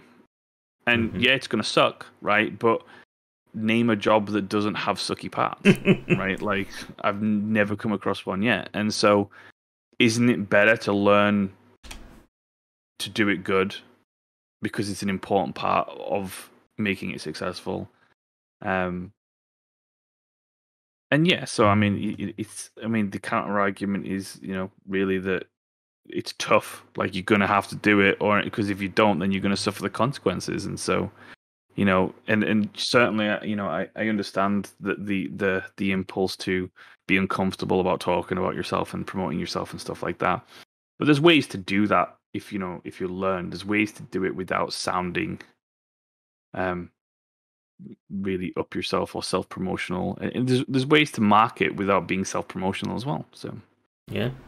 I mean, as a really good example for me, when I first started doing Game Wisdom, I was nervous as hell to reach out to developers about interviews and press keys and all that. My friend who I've spoken to, who's working his own company, he is very much that same way. Like, it legitimately scares him to do a cold email to someone about his game or to reach out. And I mean, like, today I'm just like, I just like type up the emails like automatic now. Like, I will send emails. I will bug you on Twitter. I will, if I want to talk to you about your game or want to get you on, I'm going to bug you whether you like it or not. And it is a pain to do. Of course, it would be beautiful if every developer would just send me an email saying, "Hey, come on, I want to come onto your show." But no, as you said, it's a sucky part. But at the end of the day, if you want to succeed, you have to do the sucky parts. I mean, as another point, I reach out to libraries about doing talks and presentations with them. I just sent 100 emails blind CC the other day to 100 different libraries about doing talks with them. And yeah, like, if someone gets pissed off with me, I'm not going to, be burdened by it. I'm just going to move on to the next thing because that's part of the job. A question from El Gordo came in earlier, and if I don't phrase this right, please let me know in the chat. But they wanted to know, do you have any examples, you don't need to give names or anything, of somebody with a established track record, but they still pitched you a bad or a game not good enough to publish? Yeah, I mean, get lots of them. Mm-hmm. I mean, get obviously you get developers who like have worked for other companies, like even AAA publishers, like worked on Call of Duty or worked on EA games or something like that, and they set up their own indie thing, and then they pitch a game, and you're just like, that does not excite me at all. Mm-hmm. There's lots of that. It's not abnormal. There's games that I don't like, not my taste. Mm-hmm. I wouldn't say there's any games that are objectively. I mean, there's a couple of games that are objectively look terrible, and you're just like, that you're crazy. Mm-hmm. But most of the time, it's games that I don't think are going to be successful, or there's games that just seem unoriginal. There's games that maybe the game was good, but the pitch wasn't good, and so I lost confidence in the dev a little bit. There's lots of varying factors in it, but certainly there's been cases where developers with a good track record pitch something that I'm not interested in. That actually takes me to a question on my own. I'm really curious what your thoughts on. What we saw the last decade when it comes to indie marketing has again been that rise of indie dev transparency, that we know the names of the people behind these games. I know people like Emmett McMillan, Chris Park, and my mind is blanking on so many developers I've spoken to. Do you think name recognition is as strong as it was 5 to 10 years ago in terms of marketing? Or do you think that doesn't matter as much, specifically to today's marketing? It does matter. I mean, it's part of branding. I mean, I'm not necessarily talking about franchises like Call of Duty or something like that. Like, franchises are their own thing, but I think name recognition certainly does help, because whether it's the game franchise or whether it's the IP or whether it's the developer name, it certainly does. It certainly does matter. I mean, and a perfect example of this is someone like Red Hook, who made Darkest Dungeon. Like, they have a very good name, so it's very easy to, when people say, "Oh, well, we're going to do Darkest Dungeon 2," yeah, well, you're very confident in that's going to be a good game, right? Like, it's inbuilt in you that sounds great. Let's do it. Larian Studios is another one, right? Like, they've built up a lot of goodwill over the years with the Divinity series, and so if they announced tomorrow that they were doing Divinity 3, you'd be super excited because one, it's Larian, and two, it's Divinity. And very similar, in negative terms, like when a company goes bad, like you take CD Projekt Red, right, with Cyberpunk 2077. Think about how much goodwill CD Projekt Red have built over the years with the Witcher series, and then so how fundamentally destroying it was to have Cyberpunk turn out the way that it did. And so people found, like, when they played the game, they had a really bad case of cognitive dissonance, because in their head they're like, this is a great company, I love them, they do all the great things, and I'm so happy with them. And then they're playing a game that did not meet their expectations at all. And so it does matter, because it can be, especially when you've built up a good company reputation and a good name reputation over several years, it allows you to launch products that a smaller company would not be able to launch, because it allows you to introduce new IPs and have an established fan base, and have people instantly think that you're going to do a good job on it. And so, in some cases, have people be interested in something just because that's the company working on it. Like Platinum Games are a perfect example of this when it comes to spectacle fighters. Like if Platinum, whatever, it doesn't matter what type of game Platinum announce, people will be interested because Platinum are working on it. It doesn't matter what kind of game Hideo Kojima announces, people will be interested because it's Hideo Kojima, right? And so, naming is massive. Like, but it takes time. It's a slow burn, right? It takes a lot of time and a lot of effort, and a lot of things have to go right for you to be able to build up that kind of goodwill for names. Yeah, Chris, you did miss it. We were talking about in terms of the bullet points. So there is no one size fits all for it, right? Yeah. I want to get to Thowers Mona. Hopefully, I didn't butcher that too badly. To your question in a minute. But to piggyback off of what we were just talking about in terms of that slow burn, there's another question I wanted to ask you about, Michael, because I think this is another very important point for indie developers. We've seen developers who blow up. We've seen, like the first game, or, they get a very early success, and it gives them huge name and renown. And oftentimes these developers struggle with maintaining that, or trying to build a business off of, the mega success. And I want to get your thoughts on, do you have any advice for developers who, let's say their first game or one of their early games, that it does, get like that lucky break, they win the lottery, the unicorn passes their window, and suddenly everyone knows about them. But then, how do you follow that up as a studio in terms of expectations, or trying to build off of that? It depends. I mean, it depends on what their plan is long term for the company. I think one of the big problems that a lot of people have is that they don't make long term plans. They just think about the game that they're doing, and then they don't think of anything after that. But I think having a good plan and sticking to that plan helps. Especially with early success. I think not scaling too quickly is important.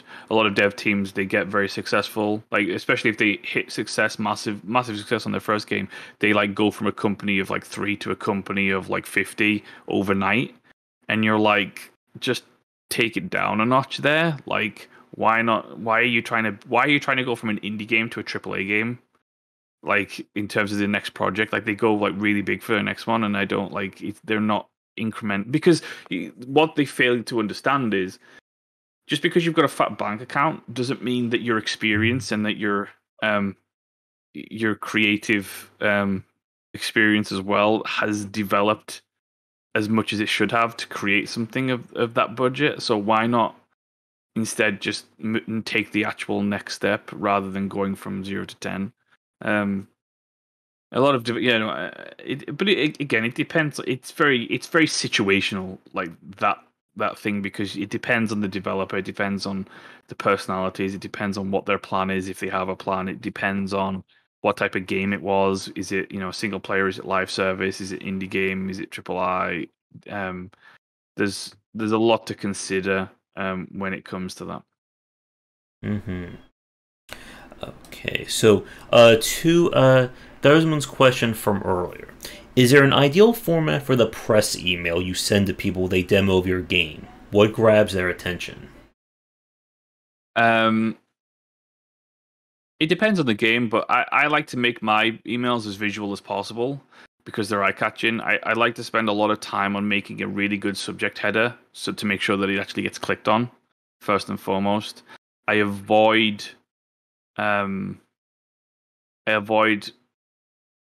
genre explaining a lot now. Like, you'll get this as well. Like, there's so many people who say, check out this puzzle platformer, or check out this turn-based strategy RPG hybrid with RTS, and it's just like, that's such a boring email subject. Like, give me something that's like, you play as a vampire in a Victorian steampunk. Talk about something interesting in the email subject, and then I like to have like a really good key visual, no more than one, but just like a really good grab your attention key visual within the email contents, so that, because one of the things, especially for influencers, but also for presses too, the first thing they're going to look at is visual stuff. And so if you can really grab their attention with like a really good visual, then you're almost like 80% of the way there in terms of convincing them. Like you don't, and I like to keep my emails like really short and sweet. I like to keep them like kind of 1 to 2 paragraphs at most. I don't write an essay at all. You can leave extra information in your press kit, in your fact sheet, in your website, whatever it may be.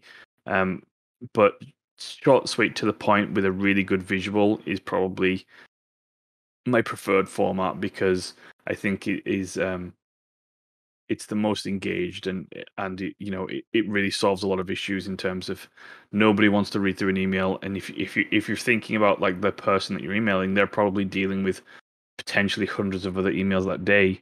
So why not just make something that they can open up, look at, and go, "Wow, that looks really cool," and then I'll click the link to something else, and that's the best way to do it. Mm-hmm. Speaking about like press kits, press pages, things like that, in terms of like putting a really good press page together or having a social media presence these days, what would you consider to be the bare essentials? For a press kit, I would say 8 to 10 really good screenshots, carefully selected to show key features and aspects of the game.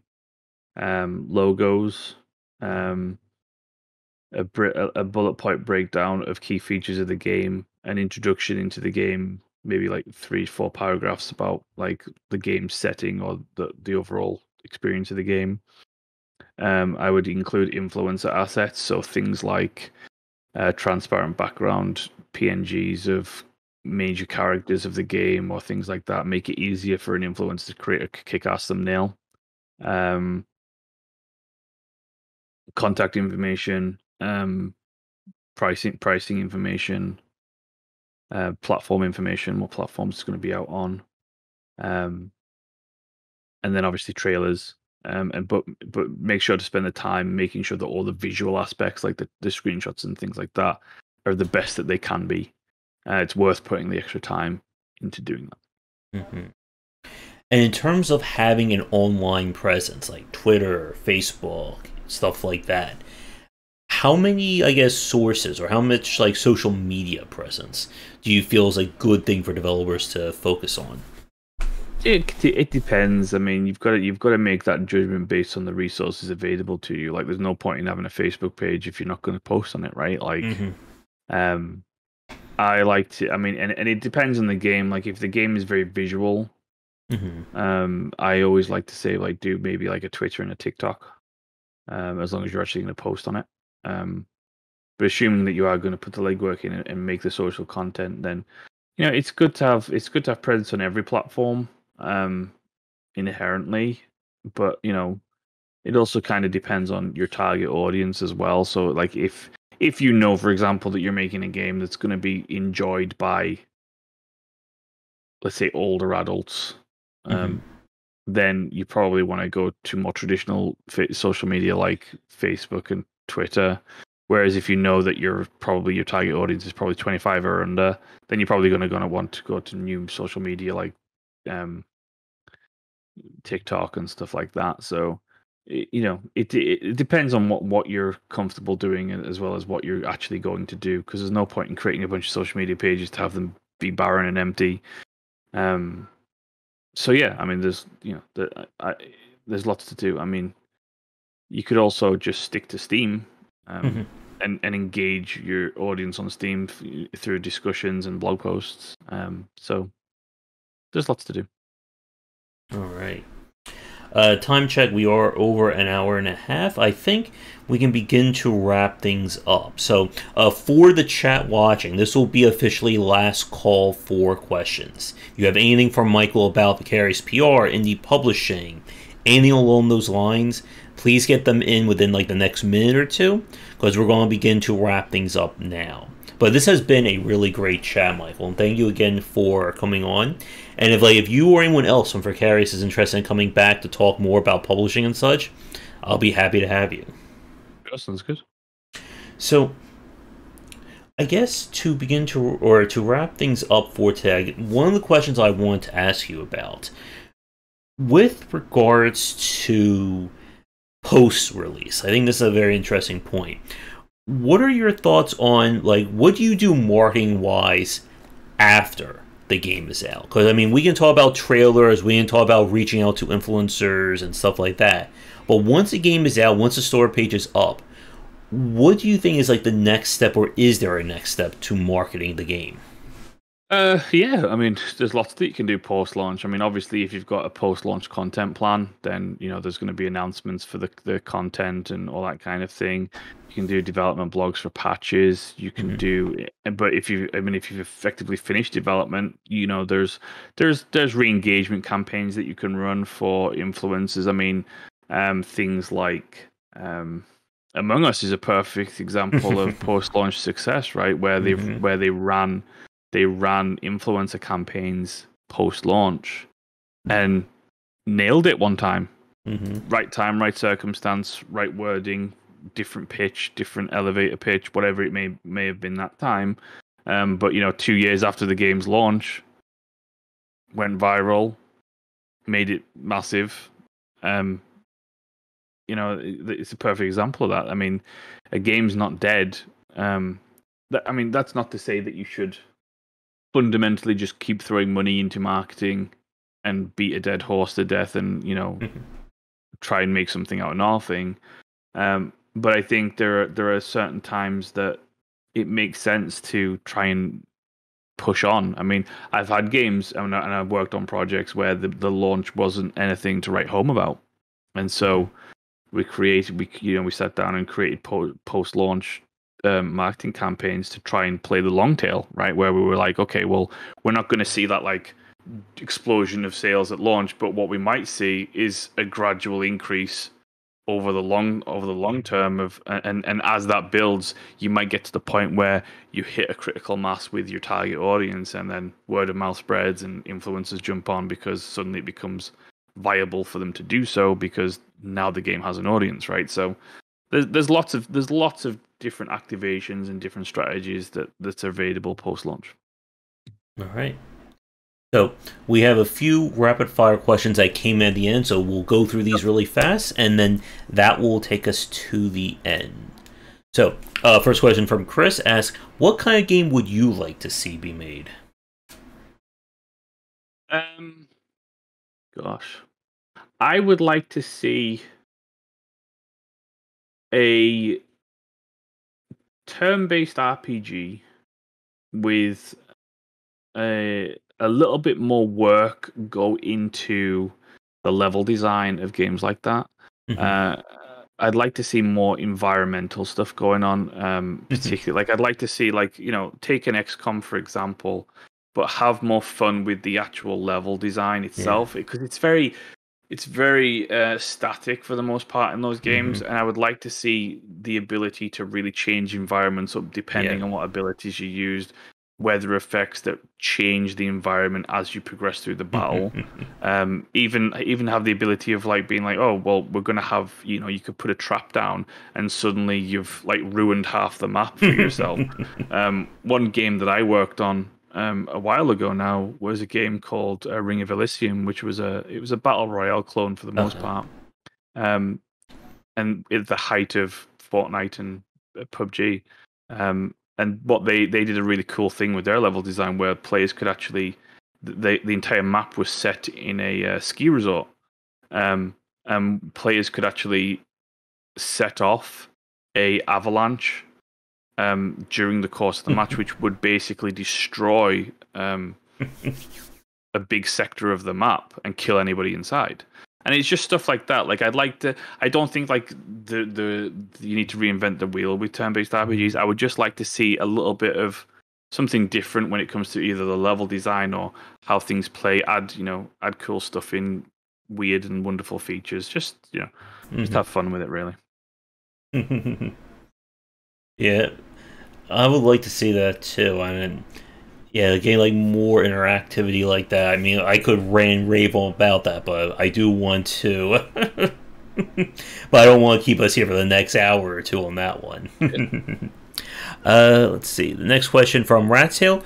Do you think a game with just hundreds of players could be successful? Yeah, I mean, if that's your definition of success, right? It all comes down to what your own definition of success is. Um, it's not niche games can be successful in their own right. It just comes down to what you're looking for, what your goals are.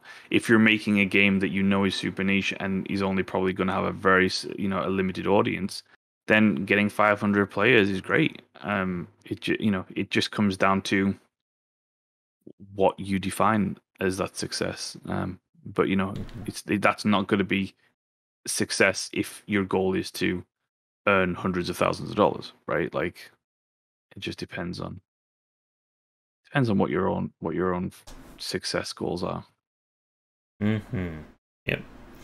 Let's see. That one. Highland or Pony asks, how do you define, I guess you kind of answered, how do you define success? Again, I guess that would really depend on... Yeah, I mean, it depends on the game, depends on the market, it depends on what the developers want, what the publishers want, what the agency wants, what's realistic.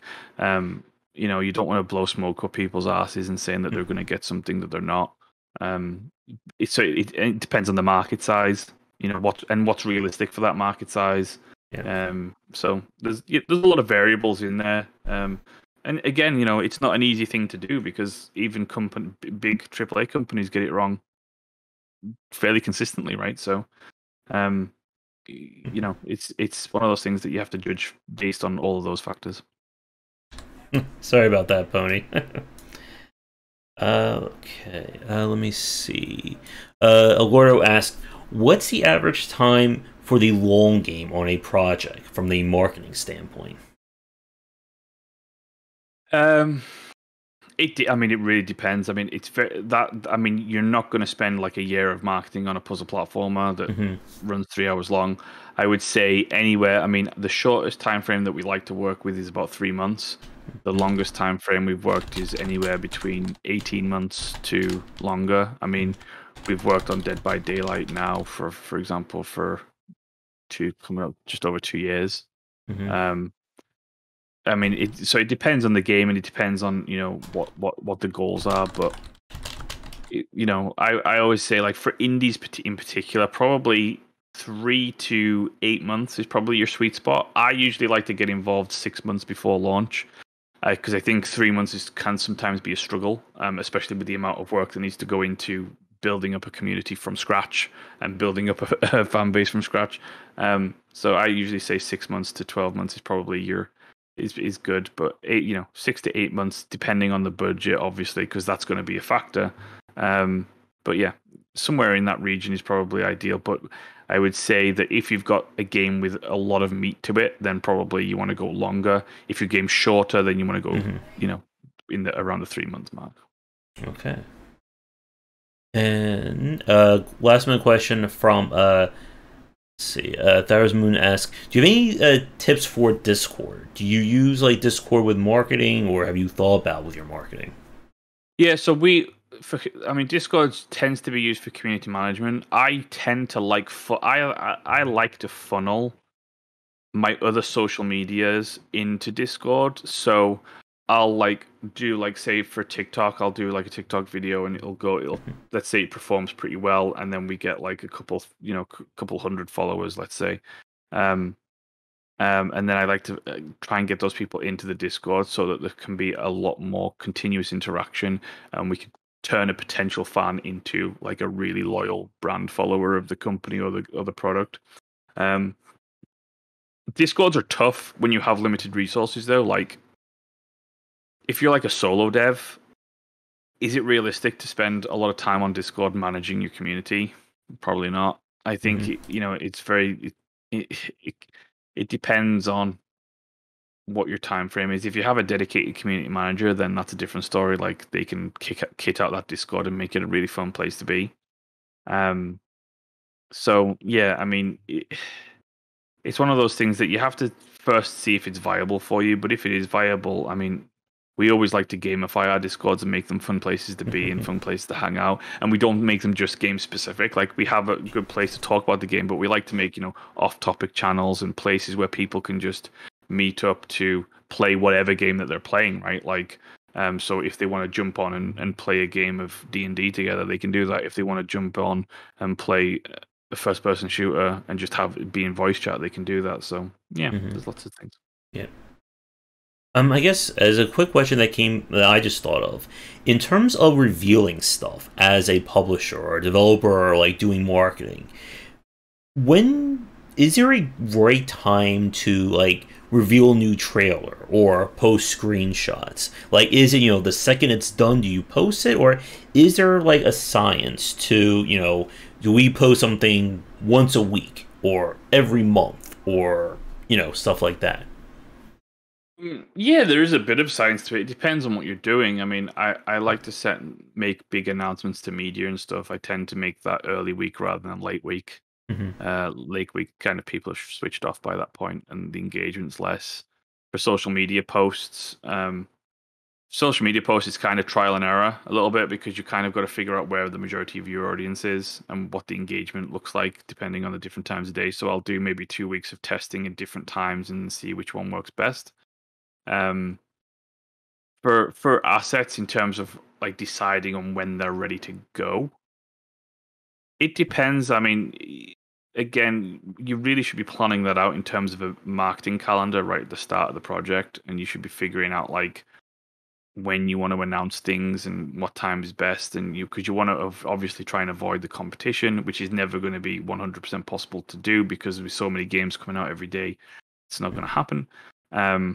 So you've got to kind of planning really does make a difference when it comes to that, because if you can have a solid calendar, when your assets are ready, when you're going to try and reach out to the media, when you're going to reach out to influencers, when you're going to have keys to send out, all that kind of thing. If you plan it out, it makes the whole execution much better, and it helps from an audience perspective feel like it's much smoother.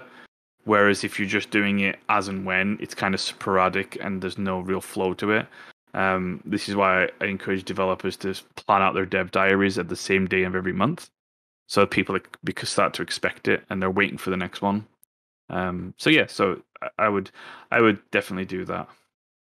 All right.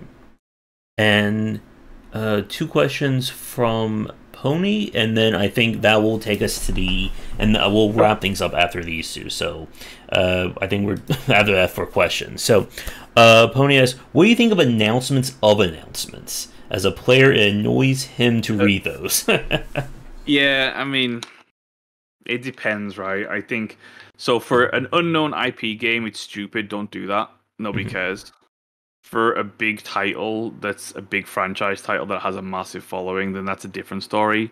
Like doing a teaser announcement of something, I think is okay. I've literally done them for Vicarious PR. We've done them for many clients, and they tend to be all AAA games. But again, you've got to kind of figure out what works for you best. I would say, and so, but yeah, I mean, as a general rule, don't do it. But if you're AAA, it's okay. And the final question from Pony asks, what is preferable? Not announcing something for sure to not having to backpedal on it in case there's a delay or change, or being as transparent as possible, telling players everything you can? Oh, that's a tough one. I mean, you kind of got to balance it in between, because not announcing something and not having to, there's no inherent problem with delays, and there's no inherent problem with like stuff like delays, like release dates and stuff. People understand if you're honest about it and just like, hey, this is, we ran into some issues, this is going to take longer, and to get you the best product possible, we don't want to compromise on quality. We want to make sure that the game is ready, so we're going to have to delay. People understand that. That's not necessarily a problem. The problem becomes is when you're promising stuff that internally is never going to happen. That's a bit of a risky situation, like saying that, like, oh yeah, well, we're going to have this feature and this feature, and that was never going to be proper. And because I mean, and it comes down to being realistic, right? Like, do I think there are some developers who have intentionally misled people? Yes. Do I think that there are developers also that think our eyes are too big for their stomach? Yes. Like, there's a lot of people who say, we're going to do this with a 3-person team. And you're like, I'm sitting there thinking, there's no way you're doing that with a 3-person team. So I think you have to be honest and realistic with yourself. But there is such a thing as being too transparent, certainly. And you want to watch that. Because you don't want to promise things that it's too early to say that that's going to happen. And you don't want to say too much and risk having it to change something later, and then it becomes a messy situation with your community because it was something that the community was kind of banking on happening. So you've got to kind of balance it and be honest, but also don't run yourself into be open and honest, but don't back yourself into corner with certain things, right? Like, if you're not 100% internally confirmed on something, or there's even a 50% chance of something not working out, then I probably would wait. And you could tease it, but just wait. Because there's so many online games, particularly big MMOs, that promise so much and never deliver on any of it. It's like, it's not good, and people just start to lose interest because they're just like, oh, well, you're just talking nonsense. I think it's good to just try and be open and honest with the things that you can talk about, and then everything else kind of just tease out as and when it's confirmed internally, and at least that gives you more stuff to talk about later down the line.